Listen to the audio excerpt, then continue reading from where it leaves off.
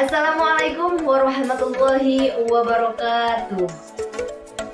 Alhamdulillah, pada kesempatan kali ini kita bertemu kembali dengan saya Elin Marlina. Masih akan membahas pelajaran kelas 5, yaitu pendidikan agama Islam. Namun kali ini materi yang akan kita bahas adalah terkait nama-nama kitab Allah Subhanahu wa Ta'ala.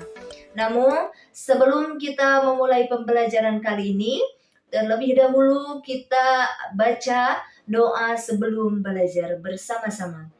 Bismillahirrahmanirrahim. Rabbi zidni ilma warzuqni fahma.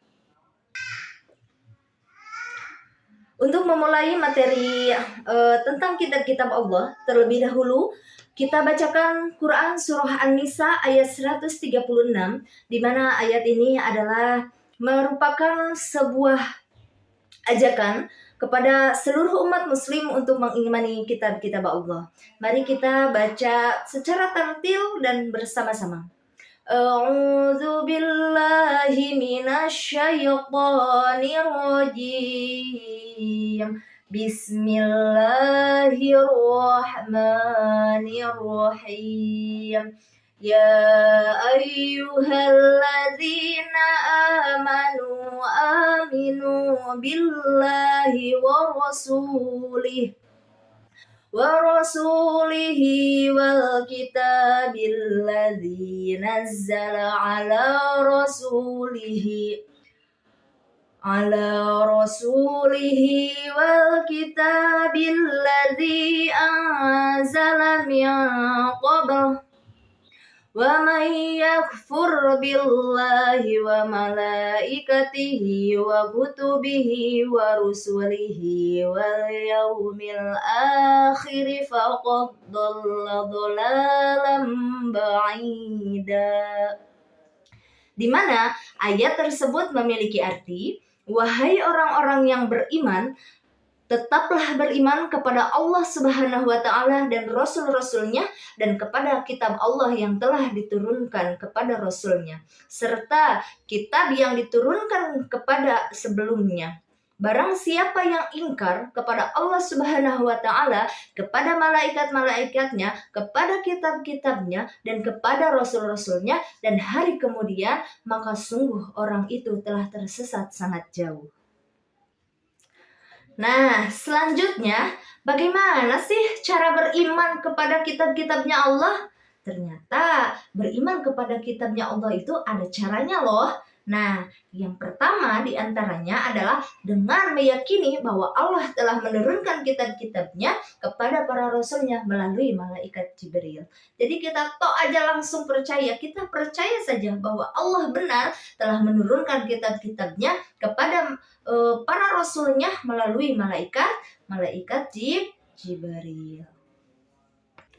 Yang kedua, cara kita mengimani bahwa kita percaya kitab-kitab Allah itu adalah dengan menjadikan kitab-kitab yang diturunkan oleh Allah itu sebagai pedoman hidup. Untuk apa? Yaitu untuk menuntun dan mengatur cara bersikap dan cara berperilaku kita. Gunanya apa sih, Bu? Yakni gunanya untuk mencapai keselamatan dan kebahagiaan hidup di dunia ataupun di akhirat.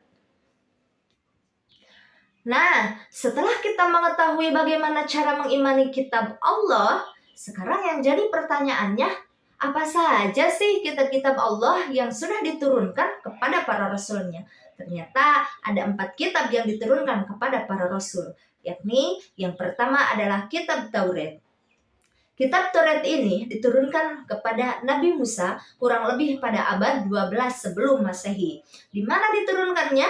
Yaitu di daerah Israel dan Mesir.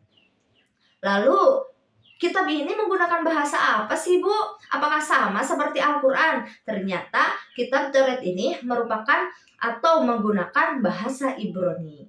Nah, kemudian yang kedua setelah Taurat, turunlah yaitu kitab Zabur. Kepada siapa kitab Zabur ini diturunkan? Kitab Zabur ini diturunkan kepada Nabi Daud alaihissalam ketika beliau menduduki tahta sebagai Raja Bani Israel pada tahun 10 sebelum Masehi di tanah Kan'an. Nah, itu dua.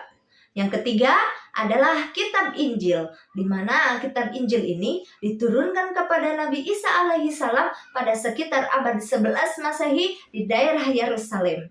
Nah, dalam bahasa Yunani, Injil ini memiliki arti sebagai kabar selamat, pelajaran yang baru, atau kabar gembira. Kemudian, yang terakhir adalah kitab Al-Quran. Sebagaimana yang telah kita ketahui bahwa kitab Al-Quran itu diturunkan kepada Nabi Muhammad Shallallahu Alaihi Wasallam pada tahun 6 Masehi di kota Mekah. Nah, kitab Al-Quran ini turun pertama kali ketika Nabi Muhammad sedang menyendiri di Gua Hiro. Dan kitab Al-Quran ini menjadi penutup kepada kitab-kitab sebelumnya.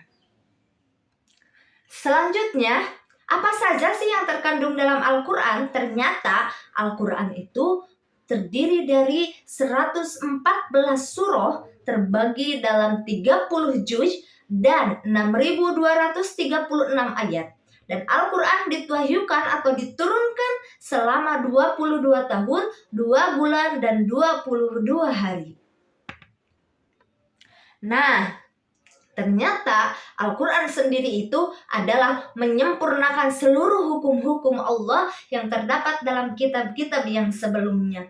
Ia diturunkan untuk seluruh umat manusia sebagai rahmat semesta alam atau juga disebut dengan rahmatan lil alamin.